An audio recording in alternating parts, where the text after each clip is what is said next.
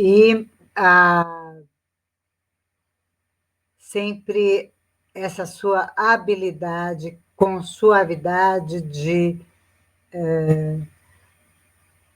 implementar políticas. Acho que também, né, para essa geração de mais novos, fica a dica de que há possibilidades, há caminhos, e é um aprendizado tudo isso de também ter que responder a tanta hostilidade para poder fazer o próprio trabalho, para poder discutir, né, as políticas, né, assim, né, o direito à redução de danos, né, o direito a diminuir o tamanho do problema. Agora eu vou chamar o Maurides, que teve uma participação importantíssima na política nacional com tudo isso também, que o Maurides é advogado, criminalista, é doutor em criminologia e direito penal pela USP, conselheiro do Conselho Estadual de Política sobre Drogas de São Paulo, membro da REDUC e pesquisador associado do POLCRIM da Unicamp, né? Bom, Maurício, é sempre bom estar participando com você de uma discussão como essa, e te passo a palavra agradecendo a sua presença. Boa tarde, Celi, boa tarde, Fábio, Laura, Logan. Eu me sinto extremamente honrado, é um prazer estar aqui com vocês, embora eu preferia o presencial, né?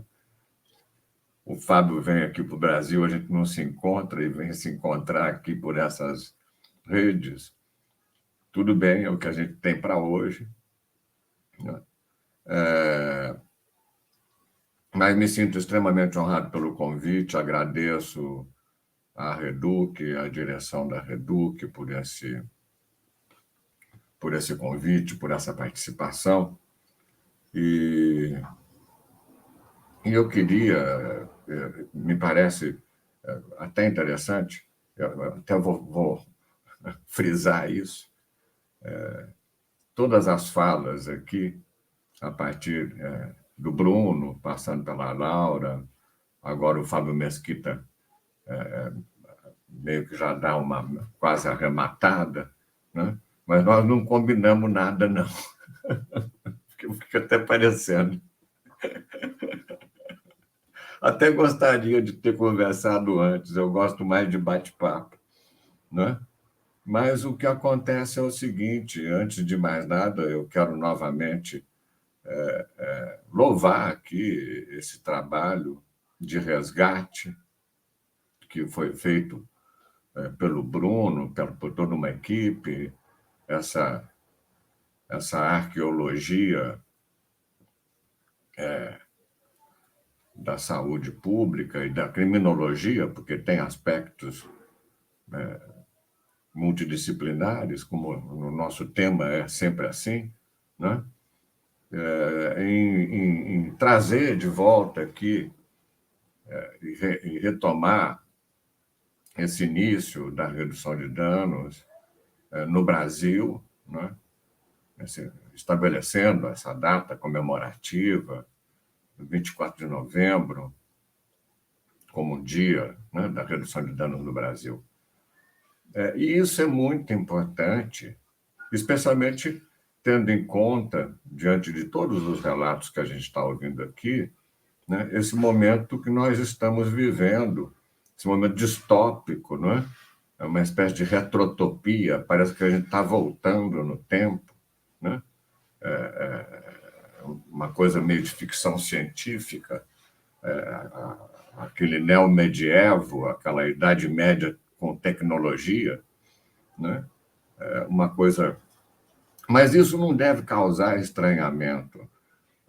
Há realmente esse crescimento dessas forças conservadoras, enfim, esse é um fenômeno mundial, e no Brasil isso é expressivo, né?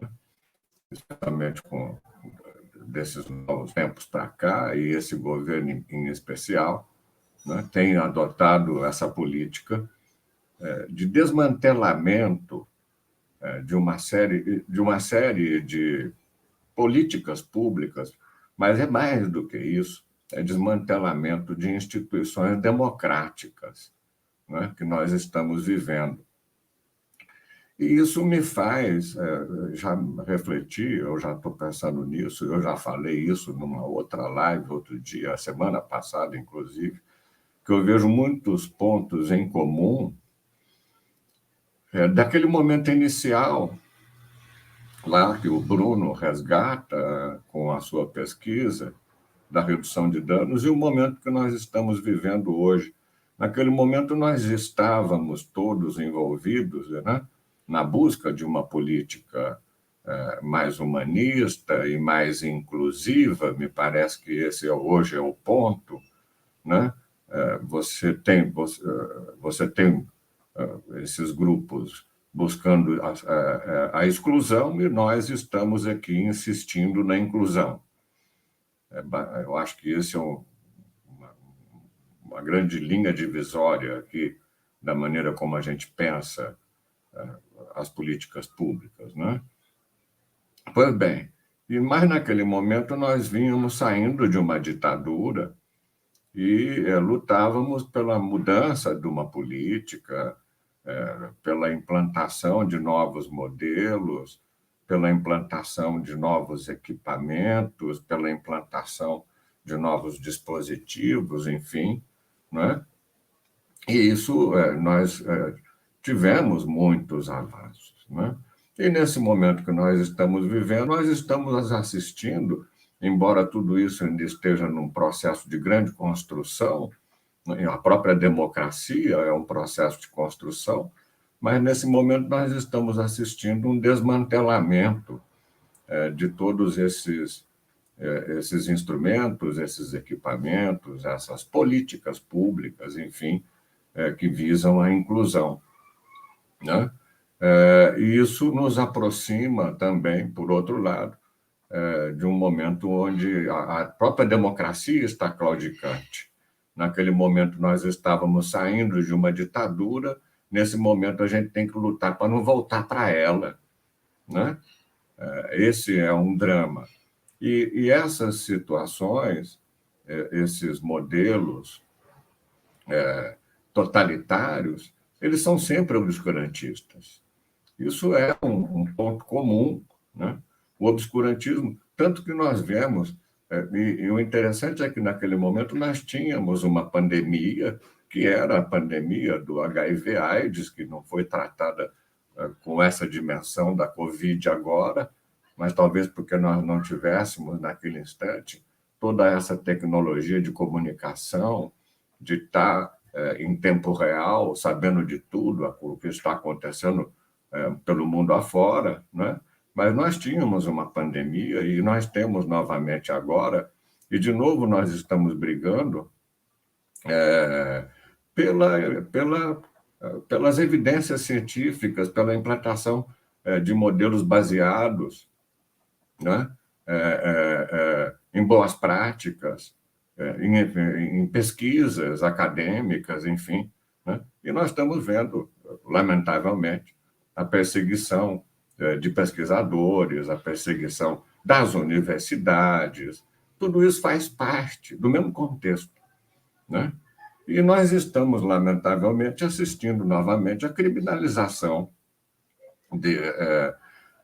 dos agentes de saúde, hoje chamados redutores de danos, né, que à época nem tinham essa designação ainda, mas todos esses trabalhadores, o Fábio Mesquita, dentre eles, sofreram grandes perseguições, né, todos foram indiciados em inquéritos policiais por condutas equiparadas ao tráfico de drogas, da mesma forma que o foram agora o pessoal da Cracoa Resiste, aquele nosso, o psiquiatra, como é que é o nome dele, meu Deus do céu, Boagente, que está sempre lá na Cracolândia,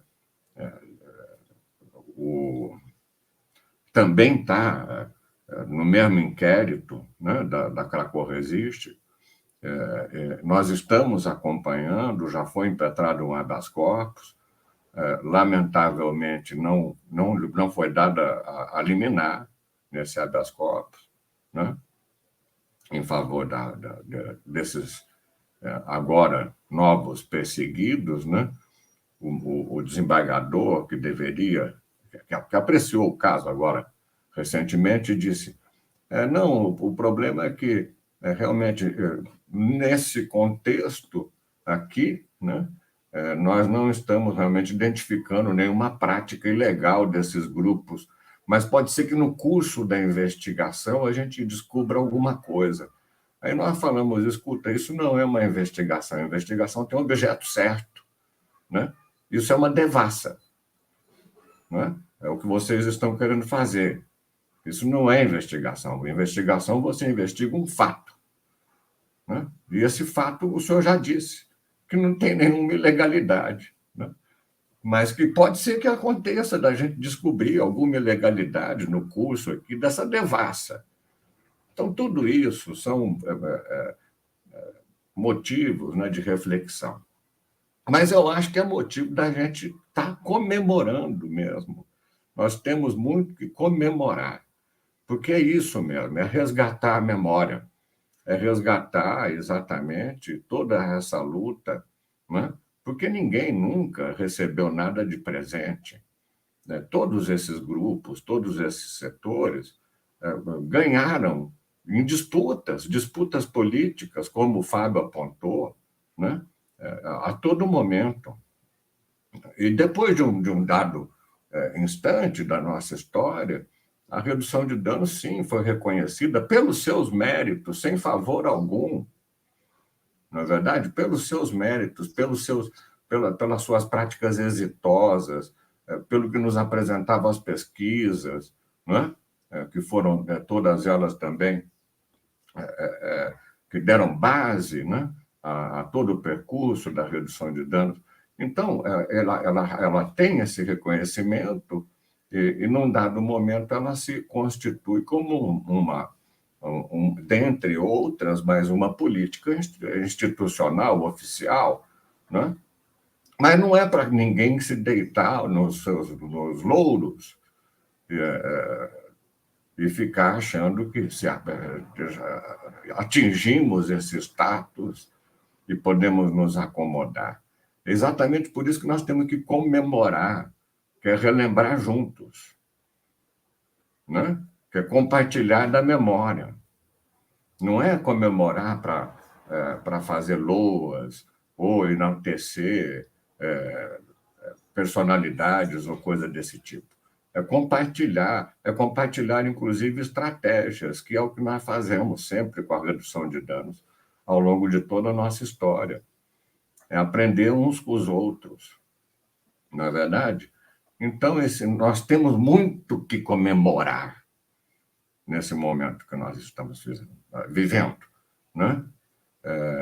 Apenas como lembrança, eu vi agora mesmo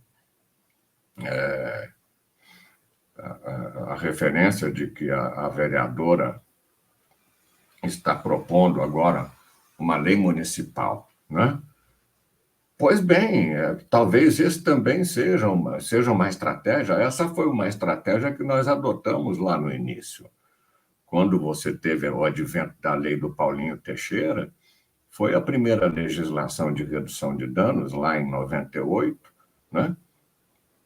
Que adota a redução de danos no estado de São Paulo. Esse processo todo surge, né, dentro das nossas discussões, dentro do próprio Conselho, que era, na época, o Conselho Estadual de Entorpecentes, do qual o Fábio também fazia parte, a Celi também, né, dos nossos debates ali, até para fazer justiça. A primeira pessoa que surgiu com essa indagação foi um delegado de polícia, que era o Luchiari, que fazia parte do conselho à época, porque a legislação de drogas, agora pensando tecnicamente, né, direito penal, a dogmática jurídica, essa coisa horrorosa, que não devia estar presente no debate da questão das drogas. O direito tem muito a contribuir, mas não o direito penal. O direito penal tinha que se retirar desse tema, porque é uma perversidade adotar, né, medidas penais com temas dessa natureza, né? Mas o direito tem muito a contribuir com políticas públicas, né? O direito administrativo, especialmente, por exemplo. Mas, na época, eu me lembro que o Luchiari fez essa reflexão, dizendo, escuta, a lei de drogas diz, olha, tudo isso daqui é crime, desde que se você praticar, porque são inúmeros os verbos, né? A gente pega lá a descrição do crime na lei, é um monte de condutas, é um monte, não é uma só, não. Né? Mas tudo aquilo ali é crime, desde que praticadas em afronta, contrariando, né? Em desobediência à autorização, desde que não autorizado, ou desde que não regulamentado, ou desde que não legislado. Então, ele dizia, mas por que isso? Porque já desde há muito tempo a gente sabe que a droga, né? A droga não é em si mesma boa ou ruim. A droga é uma coisa. A gente precisa aprender a lidar com as coisas. Isso é o que a gente faz com a redução de danos. A gente procura fazer com que as pessoas entendam e aprendam a lidar com aquilo. Evidentemente que você não vai dar, por exemplo, uma faca afiada para um bebezinho. Mas vai ter que chegar uma hora que essa criancinha vai crescer e ela vai ter que usar a faca, porque senão ela vai se cortar. Então, você vai ter que ensinar ela a usar a faca. Né? As pessoas vão lidar com drogas em vários contextos da sua vida. Então, elas têm que aprender a lidar com isso. Né? A droga não é boa ou má. Né? Essa é a questão. A droga é uma coisa. E ela pode ser remédio. Por exemplo, hoje nós estamos discutindo e avançando muito na questão da maconha medicinal. Né? Pois bem, isso não era sequer falado, sequer cogitado à época. Mas o fato é que todas essas substâncias têm propriedades terapêuticas, e isso não era desconhecido do legislador, mesmo do legislador de 1976, da Lei 6368, a qual o Fabinho se referiu agora há pouco, porque já existia essa previsão de que aquelas condutas seriam criminalizadas desde que não fossem autorizadas de alguma maneira. Né? Por quê? Porque se sabia, já era óbvio, né, que, por exemplo, todo hospital de base, ou pelo menos todo centro cirúrgico, tinha morfina, por exemplo. Né? E morfina é um opiáceo, mas é também um dos mais potentes, poderosos, né? e insubstituíveis analgésicos. Então, todo mundo tinha... Os hospitais tinham que ter morfina, óbvio, porque mas como é que o cara tem morfina? Morfina é uma droga poderosa. Ele tem morfina porque ele tem autorização para ter morfina. Ele tem que ter, porque se sabe que todas essas substâncias, elas têm em si essa dualidade, depende da maneira como você a utiliza. Então, você pode ter autorizações para isso. Né? E desde que autorizados, aquilo não é crime. Porque a autorização legitima a autorização, legaliza aquela situação onde pode haver uma dubiedade de interpretação, conforme está acontecendo hoje novamente. Né? E, na época, então, uma das estratégias políticas que nós adotamos foi sair estimulando, né, a elaboração de lei de redução de danos para tudo quanto é lado. Não só a lei do Paulinho Teixeira, isso daí o Fábio lembra bem, que é de 98, mas depois disso surgiu a lei do Rio Grande do Sul, surgiu a lei do Mato Grosso, surgiu a lei de Pouso Alegre, surgiu a lei de Nilópolis, surgiu a lei lá de Passo Fundo, as cidades passaram a legislar sobre redução de danos. Eu me lembro que eu saía numa peregrinação, nós rodamos o Brasil inteiro falando sobre isso. E, inclusive, conversando com as lideranças políticas, vereadores, deputados, enfim, falando, legisle sobre redução de danos. Por quê? Vejam, é essa mesma besteira. Não, isso faz parte da personalidade dessa pessoa, mas o presidente tem insistido muito nessa bobagem de que ele não pode falar nada, por exemplo, dentro da Covid, porque quem tem que falar sobre isso são os prefeitos e os vereadores. Né? São os prefeitos e os governadores, que aqui é uma questão que é municipal, enfim. Não, isso é bobagem. A questão é a seguinte, em questões dessa natureza, dessa magnitude de direitos fundamentais, você tem competências para legislar, né? Essa competência, em geral, é da União, mas essa competência também ela dos estados e dos municípios, no vácuo, na ausência de uma legislação sobre aquele tema. Se a União não faz nada, não fala nada, não disciplina, como era o caso da redução de danos a princípio, né? O Estado pode legislar sobre aquilo tranquilamente, não é? Ou o município pode legislar sobre aquilo. A legislação só vem agora criar esse escudo, essa garantia para que os agentes públicos não sofram essas represálias. Porque, na verdade, nós estamos mal acostumados com uma ideia que é própria da democracia, não é?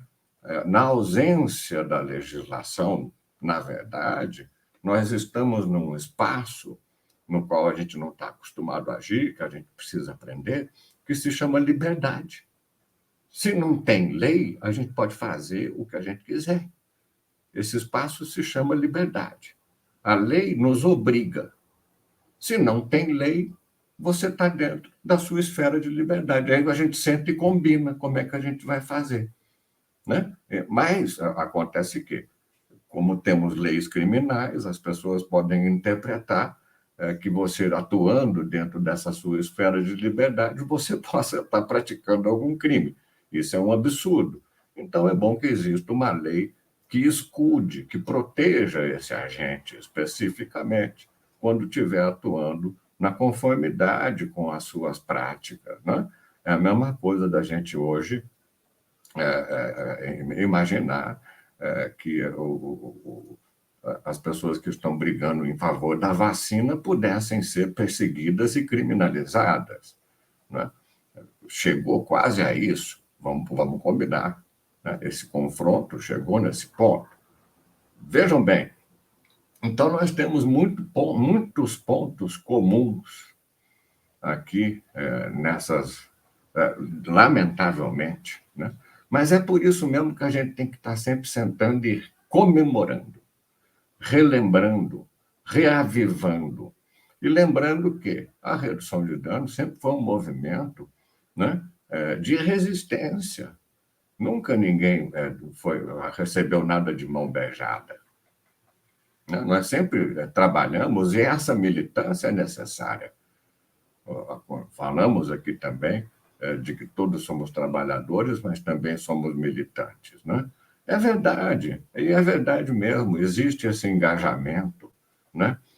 Outro dia eu ouvi de um amigo, que falou, olha, a ética, na verdade, é aquilo que a gente faz quando ninguém está olhando. Eu falei, isso, a ética é o seu ethos, que é você mesmo. Né? Você vai ser daquele jeito. Né? Pode estar olhando, pode não ter ninguém olhando, você vai fazer aquilo. Né? Isso faz parte da sua personalidade. Né? E é isso que nos une. Nós somos todos militantes, isso não há mal algum. Esse negócio de falar, estão fazendo política, escuta.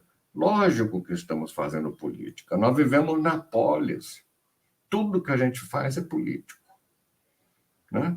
Não é essa politicazinha rasteira que eu estou me referindo, essa política de troca, de tomar lá da cá, essa política partidária ou política eleitoral. Não é disso que eu estou tratando. Eu estou falando de viver na polis. Tudo é político. Não existe uma coisa que não seja política, né? A não ser que você vá se meter numa caverna e sim, viver sozinho lá, como um ermitão, né?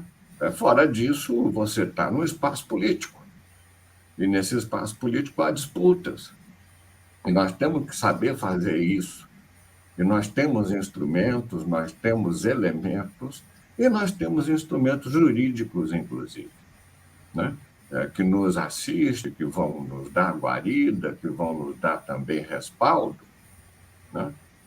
E nós nunca não podemos perder isso de vista.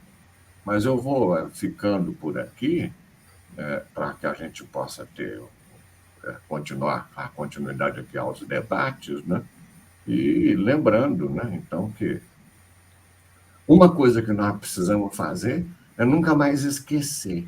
A gente comemora para não esquecer. Para não esquecer que a barbárie pode acontecer de novo. É para não baixar a guarda. É para não se acomodar.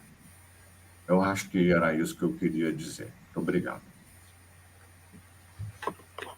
Maurides, quero te agradecer a sua fala, e acho que é importantíssimo. Os argentinos sempre dizem isso, né? Da importância de nós temos que comemorar as nossas datas, as datas, né?